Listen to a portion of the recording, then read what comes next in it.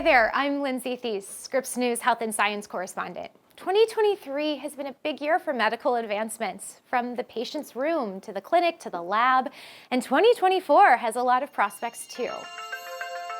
We begin with one of the year's big firsts, the Alzheimer's breakthrough drug lecanemab, or Leqembi. The FDA granted accelerated approval in January, fully approving it this summer. For some, it means hope. The sun is finally shining in rain-soaked Danville, California, just in time for Pam Montana to refill the bird feeders.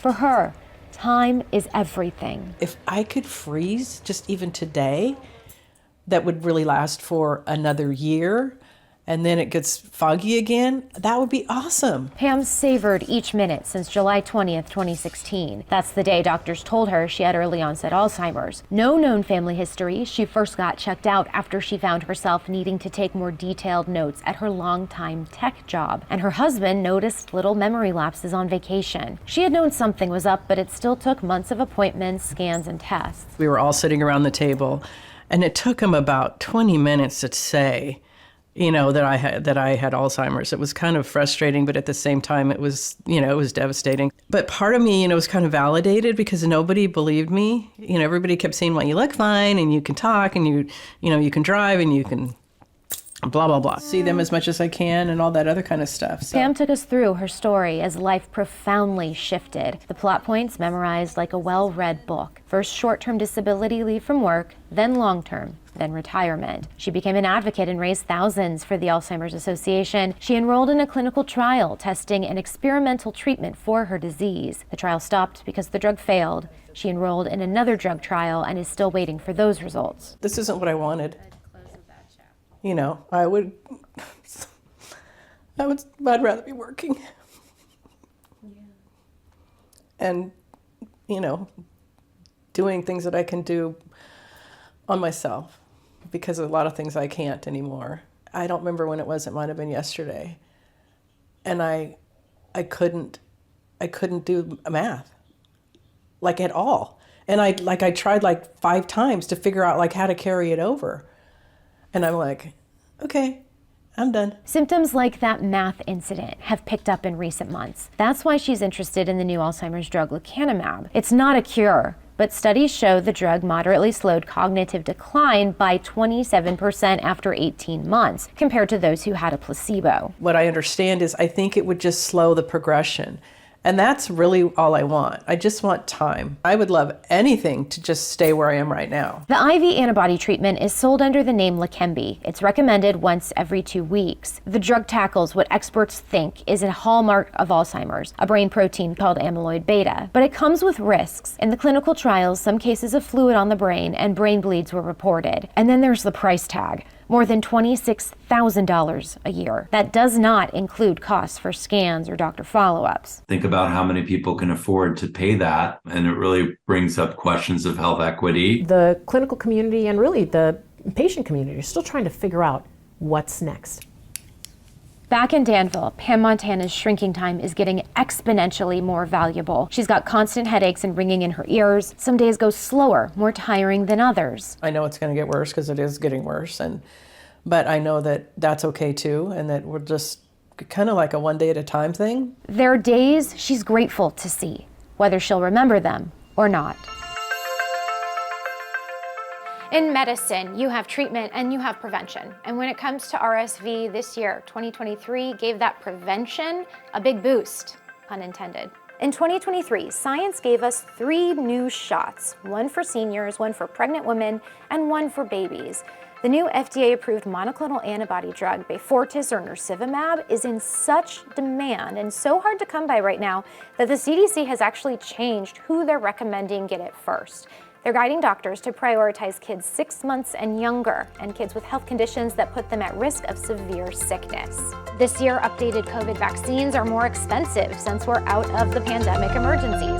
They'll cost more than $100 without insurance and is covered under Medicare Part D. Here at Northwestern Memorial Hospital in Chicago, doctors have performed more than 100 lung transplants, many of them very complicated cases during the pandemic. As a matter of fact, that experience has helped them take on even more complicated cases, like one of a 17-year-old Wisconsin boy who needed new lungs. Whenever you're ready, deep breath in. The exam room is a familiar place for Josh Burton. The 17-year-old has resiliently made it through 2 different double lung transplants in the past 3 years. He went through the 1 lung transplant, went through the second, when being so many times on the edge to survive. In 2020, doctors diagnosed Burton with pulmonary veno-occlusive disease.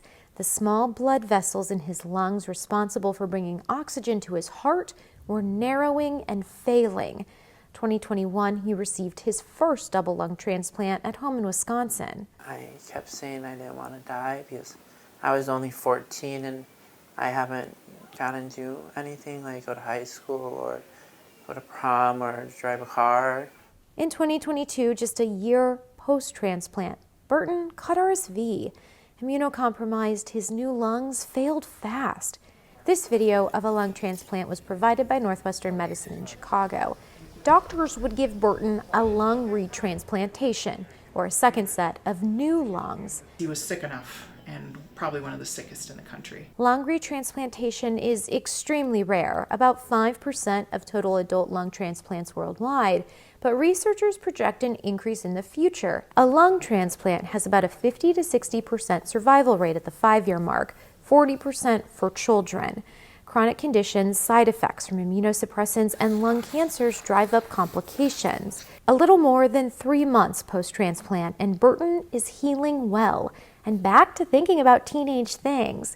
His senior year back in Wisconsin and pursuing his childhood dream of being a paleontologist. And while dust and digging won't be in the cards, it's too much of a risk for his lungs, that's not stopping Josh Burton. He recently visited Chicago's Field Museum to see the ways paleontologists work without the dirt.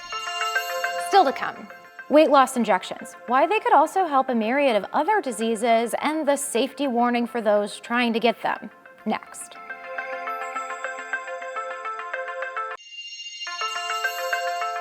Welcome back. Exercise is key to our health, and now scientists have figured out a way to improve how we move. For scientists like Scott Ulrich, movement is crucial to life and life's work. It's a walking simulation. In this lab, hundreds of thousands of dollars of high-tech tools fill the space. Specialized infrared cameras. 27 cameras that capture motion, floor plates that measure force, sensors showing muscle energy. So it's actually these muscles in your forearm that are activating. These expensive labs have shaped how athletes perform or patients recover, but this technology and these sorts of analyses that are valuable really aren't accessible to folks in their normal, medical care. Enter something Stanford scientists have developed called OpenCap. Instead of $150 to $2,000 of equipment, this is about $50 and 2 cell phones that work together, and anyone can move and their musculoskeletal system shows up, along with thousands of data points. Very good balanced. The tech is not stuck in the lab. The cloud, good Wi-Fi, and AI, which makes those visualizations from the data, make this quick and easy. They've made it free to researchers worldwide. And then we can just visualize it here on the laptop. It took me 10 years to study 2,000 patients. Today, with OpenCap, there are 2,000 labs that are getting 2,000 patients in one day. Stanford's Scott Delp says it not only paves the way to find nuances in different sex, racial, or ethnic patient groups, it can make a difference in physical therapy, in the clinics or the doctor's offices, even patients' homes. We cannot talk about this year in health without talking about Ozempic, Wegovy, Mounjaro, now Zepbound, all of these weight loss drugs that are so popular. The FDA just approved that last one, Zepbound, in November. These once-weekly injections have active ingredients that mimic gut hormones and trick the body's receptors into thinking we're full. Studies have found they can reduce the risk of heart attack or stroke, as well as curb alcohol cravings. With the popularity, these drugs have been incredibly hard to come by. And while it could be tempting to just hop online and order something that you think is similar, that might not be the best option. Here's Chris Conti with that warning. Every day, countless Americans are going about their daily lives, burdened with the struggle of weight loss. I tried as I got older to diet and exercise as much as I could, but it never really seemed to be the same. Nicole Morse is not shy about her weight loss journey. The 35-year-old has tried for years to lose weight, but never found success, she says, until her doctor recently prescribed her the drug Wegovy. Since starting the drug in July, she's lost 18 pounds. I'm not thinking about food. I don't feel hungry for food. It was just wild. Ozempic and its counterpart Wegovy were first prescribed for type 2 diabetes, but have surged in popularity as a weight loss drug. Semaglutide, the drug's main ingredient, helps suppress users' appetites. The biggest thing is that you just don't want to eat, to be perfectly honest. Like, you're not hungry. By some projections, over the next 10 years, 7% of the U.S. population, or 24 million people, could be taking these drugs. But now there are concerns counterfeit versions of the drug have started making their way into the United States. I think the main reason for the popularity or for the huge demand in it is due to, I would say, partly celebrity endorsement. That is Al Carter, Executive Director for the National Association of Boards of Pharmacy, or NABP. They have already started seeing counterfeit Ozempic being sold in the U.S. You don't know what you're getting. You don't know if it has drug in it. You don't know what it has in it. You don't know if it's laced with fentanyl or whatever else, something that could potentially kill you. Part of the problem, the drug's popularity. Ozempic and other similar drugs are currently listed on the FDA's drug shortage list. High demand, low supply create an opportunity for fake drugs to flood the market. The Pharmacy Association has seen it before with drugs like Viagra and ADHD medications. We've seen products that have like drywall, antifreeze, like all these poisons that could potentially kill you or harm you in some way that are being put in these medications. So what can people do to keep themselves safe? Avoid purchasing Ozempic online. If you do have to order it over the internet, the website Safe Pharmacy is a good place to start. Operated by the association, Safe Pharmacy will tell you whether that website is legitimate. As for Nicole Morse, she has dealt with the drug shortage firsthand. It's been 2 months since she was able to fill her prescription. But she says she's more comfortable waiting for the drug to be back in stock at her local pharmacy, rather than risk getting a product that isn't safe. These drugs are pretty expensive too. That last one, Zepbound, the new one, Eli Lilly says that costs about $1,000 for just one shot. Coming up next, nearly 2 million new cancer cases occurred last year. Some of 2023's advancements in fighting cancer, plus a fully lab-grown heart and needles to relax after surgery. We'll get to the heart of those stories coming up. Welcome back. Brain and spinal cord tumors. They are the second leading type of cancer for kids in the U.S. One of the hardest parts of treating brain tumors is doctors have to get through a blood barrier around the brain, but so far drugs that could were so strong they were toxic to the patient. March 2023, a team from Mount Sinai and Memorial Sloan Kettering Cancer Center found a new way to get anti-cancer medicine to a child's brain tumor with nanoparticles. So far, they've just tested in mice. So all we're doing is essentially using something that the body already uses, the immune system, to get things where they want it to go, the immune cells. But now we're using that cargo, basically the drug, in a nanoparticle variation of that. It will still be 2 to 3 years before the first clinical trial in children. At the same time this year, doctors at Northwestern announced their first in-human trials, where they used a little device with chemotherapy microbubbles to get past the blood-brain barrier and treat adult brain tumors. The Food and Drug Administration has approved 14 new cancer drugs in the past year. Now, science and technology, it is moving at rapid speed and is really making that medical innovation happen quicker and quicker. So this is our bioprinter room and bioreactor room. In this cylinder, the building blocks of a medical moonshot. Researchers are growing and testing stem cells to one day 3D bioprint a fully functioning heart. We're trying to show that biology is escaping the petri dish and becoming a kilogram of tissue that lives, that beats, that functions. That's our dream, and that's what we're working towards. Mark Schuyler Scott and a team of technical minds turn out billions of heart cells with the help of this media and bioreactors. I sometimes refer to them as pieces of couscous floating around in the media, and they're being instructed by the media. We added chemicals to the media to tell them to become heart cells. He says about 4 days later, if this batch is successful, you can look under a microscope and see these heart cells beat. Whenever we get one of those successful differentiations, we do a little dance and then prepare everyone for the bioprinting work that is to come. Bioprinting is 3D printing, where instead of ink or filament, cells are used to make living tissues. They're tackling small print batches, 10 to 40 minutes for a small cube filled with a vascular, aka blood vessel structure. For scale, we have about 60,000 vessels in our body. The printed product are actually channels a researcher fleshes out. Eventually, blood could flow through. In one of those cubes, it's about 10 milliliters, so that's about 2 billion cells. But if we wanted to make a whole heart, we need about 10 to 30 billion cells. So we will need, in the words of Jaws, we're going to need a bigger boat. That bigger boat means a bank of bigger bioreactors. Scientists are also studying how to do this with 9 different types of heart cells they'll need to make. Muscle cells, cells that prevent clots, immune cells, cells that pace heart rate, to name a few. Even at this small scale just now, the work going on here is a potential solution for a very big real-world problem.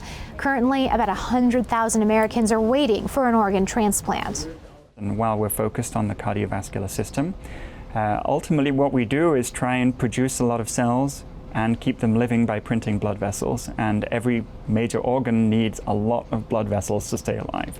The moonshot is on a 5-year deadline, ending with a bioprint of a human heart to implant into a pig. It's a big step and still years away, but these small specs could one day mean a bespoke heart for someone who needs it. The future of heart surgery could also involve some components of traditional Eastern medicine. Inside Northwestern's Osher Center for Integrative Health, acupuncturist Anya Gramon places needles inside one of her regular patients. Chinese medicine has been around for 3,500 years. We have a lot of clinical experience of how to deal with heart issues. She's part of the medical team that's recently shared a first-of-its-kind study that found acupuncture may help patients healing from open heart surgery. In the clinical trial, 100 volunteer patients who underwent open heart valve surgery were split into a control and acupuncture groups. The AcuHeart half received an average of 4 acupuncture sessions, each lasting about 45 minutes apiece. Acupuncturists placed needles in precise points, including the inner arm, the wrist, and the ear. Patients reported less nausea, pain, and anxiety, typical symptoms post-heart surgery. They also spent less time in the intensive care unit.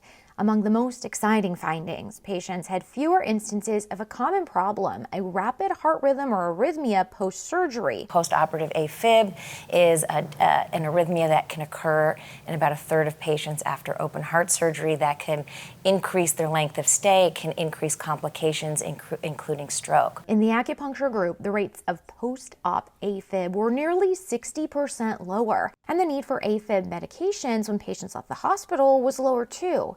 Feingold tells Scripps News next step is a larger study with more patients to see if acupuncture after open heart surgery could shorten the total length of hospital stays. But the potential it has shown to help patients so far is warming her heart. There's many concerns in certain industries on AI, but in medicine it has been a game changer for diagnosis. How it can be used for some good after the break. Welcome back, I'm Lindsay Thies. We are recapping 2023's medical advancements, and we cannot do that without talking about artificial intelligence. AI is not just sci-fi, it's here. As a matter of fact, artificial intelligence could help doctors detect lung cancer in patients years before it develops. This year, a new artificial intelligence approach can detect early signs of future lung cancer that doctors can't see with just one CT scan. The team at the Massachusetts Institute of Technology named their new AI program Sybil, after the ancient Greek oracles who in mythology can see into the future. The CDC recommends adults at risk for lung cancer get CT screens each year, but even with regular screening, radiologists can't spot everything. Sybil can see what humans can't. What Sybil tries to do is actually to look many years ahead and say how likely that this patient will develop cancer. Large-scale use of Sybil in clinics is still years away, but considering that lung cancer is the leading cause of cancer death of Americans, it could still mean a big difference. Out of the way. Artificial intelligence is also being used to help folks with ALS hold on to communication. The brain disease limits muscle movement and speech as it worsens. When asked a question, the patient writes out an answer on their screen using eye tracking technology.